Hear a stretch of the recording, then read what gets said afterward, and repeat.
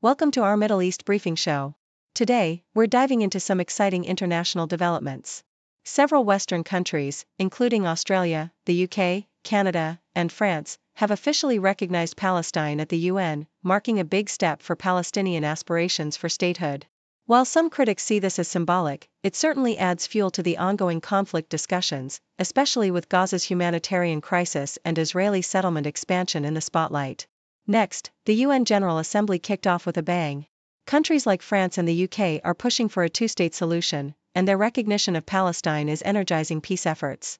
However, opposition from Israel and the US remains strong, and tensions are high over Gaza's violence and human rights concerns.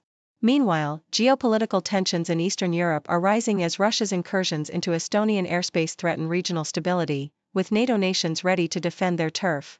Finally, amidst all this global drama, there's a lot happening in politics and diplomacy.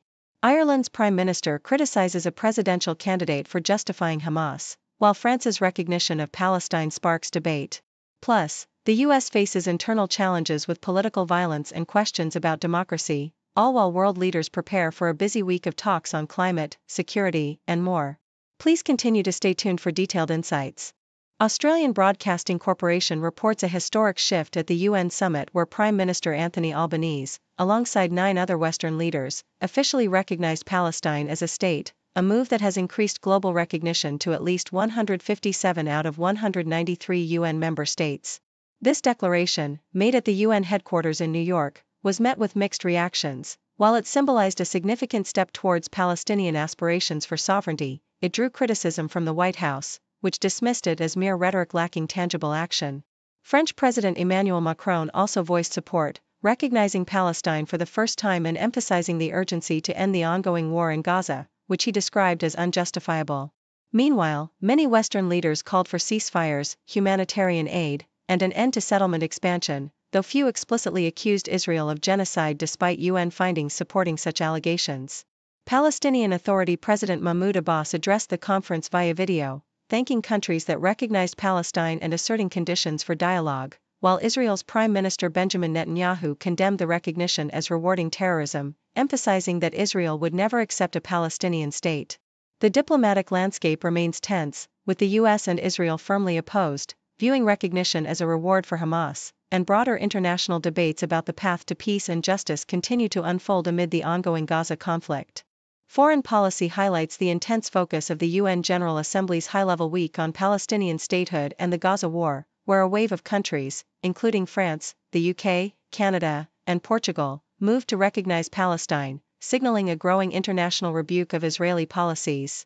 French President Emmanuel Macron's declaration of recognition was met with applause, as he underscored the importance of a two-state solution and condemned the ongoing violence, calling for an end to the war.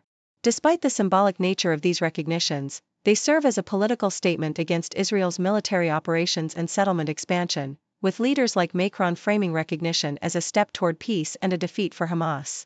Meanwhile, the conference also tackled broader geopolitical issues, such as Russia's provocative incursions into Estonian airspace, which sparked outrage among Baltic nations and NATO allies, and the ongoing concerns over democratic backsliding in the United States amid political unrest. UN Secretary-General Antonio Guterres reiterated that Palestinian statehood is a right, not a reward, and emphasized the importance of a unified international effort to address the Gaza crisis and foster a peaceful resolution. The gathering underscores the complex interplay of diplomacy, conflict, and global solidarity at the heart of today's UN agenda. The Independent vividly recounts comedian Steve Coogan's quirky memorabilia, an old, humorous letter of complaint about his alter ego, Alan Partridge, which he keeps framed in his downstairs loo. Coogan, who first brought the brash Norwich broadcaster to life in 1991, shares how the character's antics, including a controversial sketch where Partridge asks a young boy about pubic hair, sparked furious letters from listeners, some of whom even sent copies to BBC executives. Despite the show's cancellation after a disastrous Christmas special, Partridge's legacy persisted through a series of TV comedies, a feature film, and a recent return to the BBC with a new series focusing on mental health, where Partridge humorously attempts to leverage the topic for career revival, reflecting Coogan's sharp wit and the character's enduring appeal. Associated Press paints a compelling picture of this year's UN General Assembly, where over 140 world leaders gather amid global turmoil and internal financial crises within the UN. Key moments include a high-profile conference on the Israeli-Palestinian conflict, which saw several countries recognizing Palestinian statehood, though major players like the US and Israel boycotted, highlighting the complex and often divided international stance on Middle Eastern peace. Meanwhile, climate diplomacy heats up with over 110 leaders discussing urgent emission reductions, even as major emitters like China and the EU prepare to reveal their plans. President Trump's return to the UN stage promises anticipation about America's stance on ongoing conflicts and international aid, while tense negotiations around Iran's nuclear deal and the debut of Syria's new leader underscore the region's fragile stability. Behind the scenes, countless bilateral meetings and diplomatic negotiations are underway, shaping the future of global diplomacy far beyond the public speeches. BBC reports that Irish Taoiseach Michael Martin has sharply criticized presidential candidate Catherine Connolly for her comments regarding Hamas, emphasizing that her remarks appeared to justify the group's actions on October 7, 2023. Connolly had described Hamas as part of the fabric of the Palestinian people and argued that it was not the place of foreign leaders like UK Prime Minister Sir Keir Starmer to determine Hamas's role in future Palestinian politics. While she acknowledged the atrocity of the attack, where about 1,200 people were killed and many taken hostage, she contended that Hamas's actions didn't constitute genocide and that history didn't start on that day. Martin condemned Hamas's blatant violations of humanitarian laws, insisting they must be unequivocally condemned if the goal is to forge a future Palestinian state with security guarantees for Israel. The controversy deepened as the Social Democrats, supporting Connolly, stated that while they condemned Hamas's attack, they believed Palestinians should freely choose their leaders, especially amid ongoing Israeli military actions in Gaza. Meanwhile, Fianna Fáil's presidential candidate Jim Gavin expressed surprise at Connolly's comments and criticized her for not condemning Hamas's past atrocities, emphasizing that Palestinian self-determination should be decided by the Palestinians themselves through democratic means. In a related vein, BBC also reports that France has officially recognized a Palestinian state, marking a significant step amid ongoing regional tensions. President Emmanuel Macron, speaking at the UN, called for an end to the war in Gaza and emphasized that the time for peace has come, condemning the violence and highlighting the importance of a two-state solution. France's recognition was echoed by Belgium, Luxembourg, Malta, Andorra, and San Marino, adding to the list of countries like the UK, Canada, Australia, and Portugal that have recently acknowledged Palestinian statehood. Macron warned against perpetual conflict, stressing that international efforts should focus on creating a just and lasting peace, with the French government proposing a stabilization mission in Gaza involving the Palestinian Authority to oversee the dismantling of Hamas. Palestinian President Mahmoud Abbas also called for a ceasefire and reiterated that Hamas should surrender its weapons, advocating for a unified, weapon-free Palestinian state. Meanwhile, Israeli officials dismissed the recognition, with Netanyahu's government asserting that a two-state solution was no longer feasible after the October 7 attack, and some officials hinting at potential annexation of the West Bank. The international community remains divided, with protests and debates over the recognition of Palestinian statehood amid the ongoing conflict and humanitarian crisis. The Independent reports on the critical role of journalism in covering pressing issues like reproductive rights and climate change, emphasizing the importance of accessible, fact-based reporting during pivotal moments in history. Meanwhile, which has launched a super complaint to the UK's Financial Conduct Authority, highlighting serious concerns about the integrity of the home and travel insurance markets. The consumer advocacy group has uncovered widespread problems such as low claims acceptance rates, only 63% for home insurance and 80.4% for travel insurance, along with confusing policies, poor customer service, and inadequate enforcement of regulations, leading to heartbreaking stories of consumers left distressed after claims are unfairly denied. For example, a woman stranded in Egypt due to a flight issue was told her holiday was technically completed and thus ineligible for compensation, while a man whose water pipe burst was denied coverage for the pipe's damage, only to pay out of pocket after canceling his claim. Which's detailed research, including legal analysis and data from the Financial Ombudsman Service, underscores the urgent need for regulatory intervention to protect consumers from unfair practices and restore trust in these vital markets. The FCA has 90 days to respond to the super complaint, and the outcome could mark a turning point toward more transparent and fair treatment of policyholders, as the industry faces increased scrutiny from consumer advocates. BBC reports that Pakistan's recent defense pact with Saudi Arabia has caused concern in India, as it signifies a deepening military and strategic relationship between Riyadh and Islamabad, which could threaten regional stability and India's security.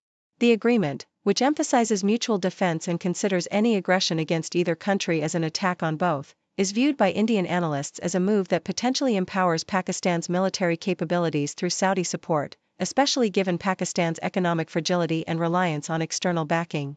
While some experts believe the pact is more about regional power dynamics and Saudi Arabia's ambitions than an immediate threat, others warn it could shift regional alliances, resembling a form of Islamic NATO, and bolster Pakistan's position against India with backing from China and Turkey. This development reflects broader concerns about declining U.S. influence in the Gulf, with Saudi Arabia diversifying its security partnerships to counter Iran and Israel, and leveraging Pakistan's nuclear power as a deterrent. Despite India's cautious stance and hopes that the pact won't significantly impact its interests, the agreement complicates Delhi's regional strategy, potentially strengthening Pakistan's hand and reshaping the geopolitical landscape in South Asia and the Middle East.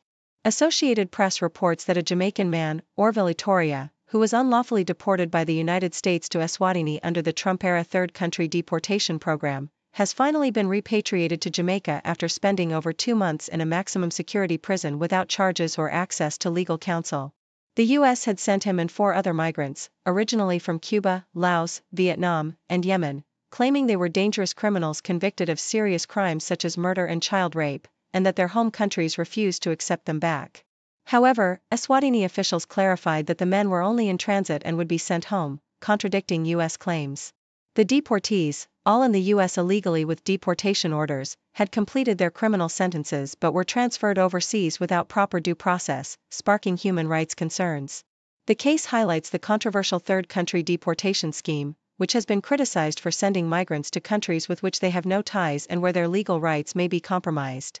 The UN helped facilitate Itoria's repatriation, and efforts are ongoing to return the other 4 men, amid legal battles in Eswatini over their detention and access to legal representation. The program has also deported individuals to South Sudan, Rwanda, and Ghana, with plans to expand further, drawing criticism from human rights advocates who warn of the risks of repressive governments and the lack of legal protections for deportees.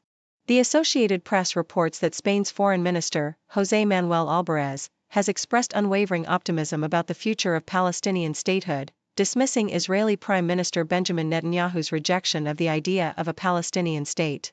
Albares highlighted a growing international wave of recognition for Palestine, with countries like Ireland, Norway, France, Luxembourg, Belgium, the UK, Canada, and Australia recently extending their support, emphasizing the global consensus favoring a 2-state solution after nearly 80 years of conflict.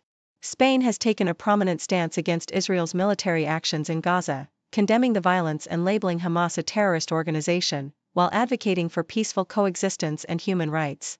Albares also criticized Israel's ongoing war, calling it unacceptable for a democratic nation to perpetuate such conflict, and has taken diplomatic actions such as arms embargoes and port blockades, which have sparked tensions with Israel. Additionally, Spain has refused to meet NATO's 5% GDP defense spending target, choosing instead to allocate around 2.1%, while maintaining strong contributions to European security. Albares emphasized the importance of multilateral cooperation to tackle global challenges like war, poverty, climate change, and artificial intelligence, asserting that unity and diplomacy remain the most effective paths forward. Thank you for tuning in. The content above showcases the latest briefing reports and analytical synopses, thoughtfully curated by the 6Do team. These insights stem from a wide array of reputable media outlets, think tanks, government sources, and specialized experts worldwide. We encourage you to explore these sources for a comprehensive perspective. Keep in mind that while the content may not always align with the official standpoint of 6Do Brief, it's not meant to be taken as absolute directives for decision-making. Comprising seasoned media professionals, learned scholars, and accomplished scientists, the 6Do team embodies a trailblazing, fully independent media entity. To customize 6Do Brief to meet your professional needs, you have the option to subscribe to a diverse array of briefings on our website, 6dobrief.com. Regardless of your location, you can conveniently receive 6Do Brief via email.